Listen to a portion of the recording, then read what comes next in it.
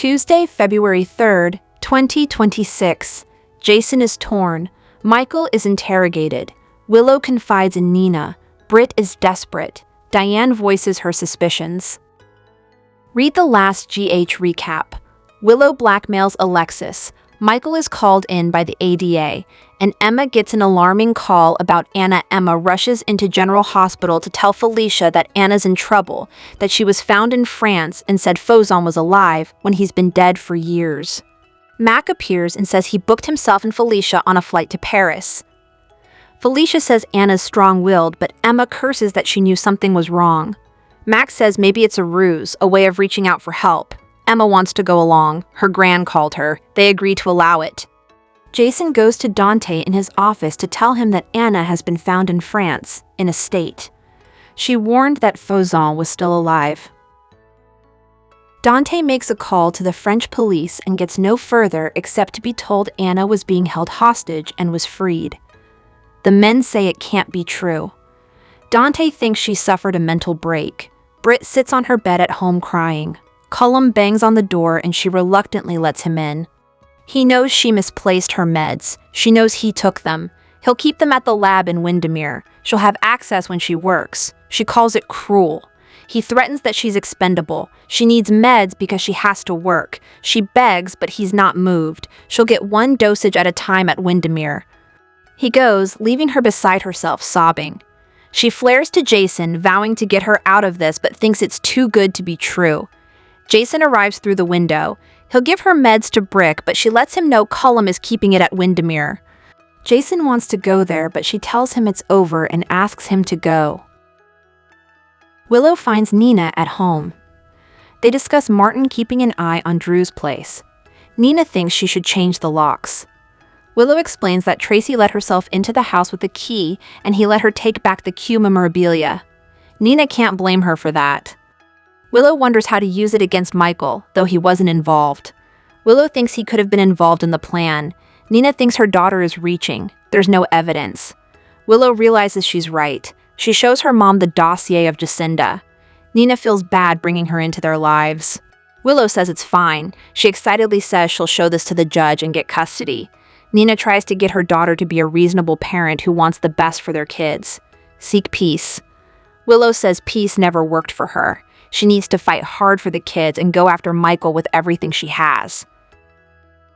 In the office, Diane coaches Michael on how to talk with ADA Turner when Nathan walks in with Molly. They get ready, going over the timeline on the day of Drew's shooting. Diane says no, there's a conflict of interest since she's a cousin. Molly says she's only questioning and nothing more. Diane requests time alone with her client so the lawyer and cop leave the room. Diane gloats at the gift Turner just gave them. She asks if there's anything that could tie him to the shooting. He maintains he didn't do it and no, there's nothing. He hated him, but everyone knows that. She tells him the only reason he's not being prosecuted is that the DA's office doesn't want to lose again. That said, he's close to it happening. After clarifying that Molly won't go for the jugular, they agree that Michael should answer all questions. Molly and Nathan return, and they're taken through the night of Drew's shooting. When they leave, Diane isn't happy. Justine arrives at Sunny's to clarify her role. She notices a dog. They agree he's no alpha dog since he's not barking at her. Just then, Fizz crouches and starts to bark. Justin didn't know he was a dog lover. Fizz growls at Justine and Sunny holds him and says the dog isn't into cops. He smells the PCPD on her, he says with a laugh, admitting she smells good. He takes the dog to the kitchen, returns, and says he gave the dog bacon before crating him. Justin won't be prosecuting Michael because of her conflict of interest. Not that she knows he's being prosecuted. They talk about hypotheticals of her taking him down, how he knows she'd do it above board if it came to that. He thinks they share more in common than she thinks. Justin doubts that. She takes off and Michael arrives to fill Sunny in on what happened. He needs to compromise before he loses leverage. Dante pulls Nathan into his office to tell him about Anna. He asks if he thinks Fauzon could be alive. Nathan is filled in on what happened with Anna and is asked if he has ideas on what's going on that ties to his past. He knows Nathan's been doing research. Unfortunately, Nathan claims he knows nothing. In Justine's office, Molly and Nathan arrive and give her an update. No new red flags came up. The evidence hasn't changed. She tells the duo that they need solid physical evidence. It's on Nathan to prove Michael did more. Back at GH, Matt calls Dante with the update, and he lets him know that the French authorities are transferring Anna to a mental health facility. The women worry that she's stuck there. It can't happen. Mac will call Kevin to recommend a private hospital, if she even needs it, Emma says. Jason appears in Dante's office and is told to go to France, but Jason can't do it. He's sorry and runs off. Cullum returns to Britt's place. She made a good case earlier and he takes a syringe from his pocket. He'll administer her drugs. She gets an alcohol wipe and he injects her, stabbing the needle in hard enough to make her flinch. The General Hospital spoilers for Wednesday, February 4th, 2026, focus on Lulu confiding in Laura, Joss digging for information, and Willow making her move. The recent snowstorm sparked first kisses for two couples, including Lulu and Nathan. While this moment wasn't entirely unexpected, once the kiss happened, the complications started. Lulu is Maxie's best friend. Maxie is currently in a coma. Meanwhile, Nathan is Dante's best friend. Dante is Lulu's ex-husband. Guilt set in immediately, and while they have clearly developed feelings for each other, there's no way the two can let it evolve into anything more, right? On Wednesday, look for Lulu and Nathan to try to hash out what they're feeling to other people. Lulu confides in her mother. What words of wisdom will Laura have for her daughter? Meanwhile, Nathan opens up to Nina. He has been off the grid or wherever he was for that 7-year period when he was dead. Lulu has become a source of comfort and support for him as he has readjusted to life in Port Charles. Will Nina's support help Nathan figure out his next steps with Lulu? During the snowstorm, Joss caused a blackout on Spoon Island, and when she circled back to Windermere to snoop for answers, she ran into Cullum. It was unclear whether or not he knew Joss was a WSB agent or just a college student. Something tells us he is suspicious of Joss and will act on his suspicions in some form down the line. Joss is doing all of this against Brennan's orders, and on Wednesday, it's no different. She goes digging for information. Where does her rogue self decide to dig? If Jason and Sunny are strategizing, as the weekly spoilers suggest, it's most likely about this Sidwell situation. Jason might tell Sunny about the fact that Britt told him she saw Sidwell murder Dalton in front of her very eyes. With that knowledge, they may be able to figure out how to get Sunny and Laura out from under Sidwell's thumb. Finally, Willow is proving that she's just as bad as Drew. She easily slipped into blackmail mode during her conversation with Alexis. She used Scout as leverage, and now Alexis is representing Lexus during the custody case for Amelia and Wiley. Willow is laser-focused on getting her kids back, and she will destroy Michael and ruin his reputation to get it. In GH's weekly video preview, Willow knows she has to resort to something stronger to get what she wants. And it seems to involve a key. What is that all about? Here is your General Hospital spoilers sneak peek video for Tuesday, February 3rd, 2026. Jason and Britt thought they had the perfect plan. They'd stay away from each other. He'd sneak into her room to swipe a vial of her meds, he'd have it analyzed, have a new version created, and they'd bring down Sidwell in the meantime. Well, that's way easier said than done now that Britt has discovered her meds are missing. One of her various handlers ends up in Britt's room, where she begs for her meds and swears she will do anything asked of her. Will Britt learn that Cullum knew exactly where she was the night before and is ready to go after Jason? As for Jason, he is alarmed after learning that Anna has been wandering around France claiming that Fauzan is alive. He brings this news to Dante. Will he also tell Dante what has been going on with Britt? Perhaps he will need some backup. Emma takes the news about Anna straight to Felicia. She knew something had to be wrong and had been begging someone to help her for weeks. Emma now knows that her instincts were right, but what can she do about it? Did Emma even get a correct story? We all know that Anna was at Windermere last Thursday, but never saw what happened after someone who appeared to be Faison entered her yoga room. Could Sidwell have had Anna move to France to make her believe she was there the entire time? Now that Willow is free, Michael is the next suspect in the Who Shot Drew sweepstakes. We know that Willow is the culprit, and so does Justine, but what will she do about it when Michael is called in for questioning? After their meeting, Diane tells Michael that Justine just handed them a gift. Justine also has an encounter with Sonny, where she tells him that anything is possible. Alexis had already agreed to represent Willow by the time the truth caught up to her on General Hospital, which meant she was standing there doing her job for a woman who she knew had shot Drew.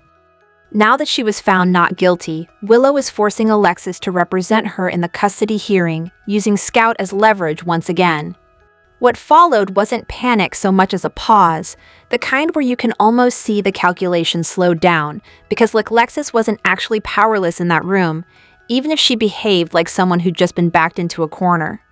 Alexis didn't need documents or a confession to understand what Willow had done, and that understanding never left her as the conversation went on. Willow kept pressing forward anyway, talking as if truth only became real once it was stamped and filed, treating leverage like a neat system she could control. Alexis had the option to disrupt that belief. She could have leaned on the law, referenced lawyer/client confidentiality, and told Willow she knew the truth. Not dramatically, just enough to signal that this wasn't a one-sided negotiation anymore. She chose not to, and the choice felt controlled rather than passive. Alexis didn't escalate because escalation would have fed Willow's need for dominance, and Alexis wasn't interested in rewarding volume. She stayed steady, knowing exactly what she held, and let Willow keep mistaking noise for power. Willow's threat worked because Alexis gave it space, not because it held absolute power. She was thinking about Scout, about the fallout that comes from choosing strategy over protection, and that hesitation shaped the exchange more than anything Willow said. Willow read that hesitation as confirmation and kept going. There was a clear stalemate waiting to be acknowledged, the kind that doesn't need to be explained to be felt. Alexis could have let Willow know that if she withheld contact with Scout, the authorities would know the truth. She didn't, and the choice felt less like surrender and more like restraint. By stepping back, Alexis held on to something Willow didn't see slipping away. Control doesn't always come from speaking first. Sometimes it comes from knowing when not to, and in Port Charles, that kind of waiting has a habit of rewriting the situation without asking permission. Chase and Brooklyn were once one of the best couples on General Hospital, but he is blowing that all up. The whole family is beginning to dislike him, and it's not only about Willow. Chase's problems began when he jumped to Willow's defense. His ex became this damsel in distress that he had to protect, but at what cost? The detective took it upon himself to investigate Drew's shooting so that he could clear Willow. He tried to shift the blame onto Michael, who was once his best friend and is his wife's cousin. This got him suspended and demoted at the PCPD. He put Willow's needs above those of Brooklyn and the family. He will soon discover that Willow was the shooter after all. Will he regret his actions then? Tracy sees what Chase has been up to, and she doesn't approve.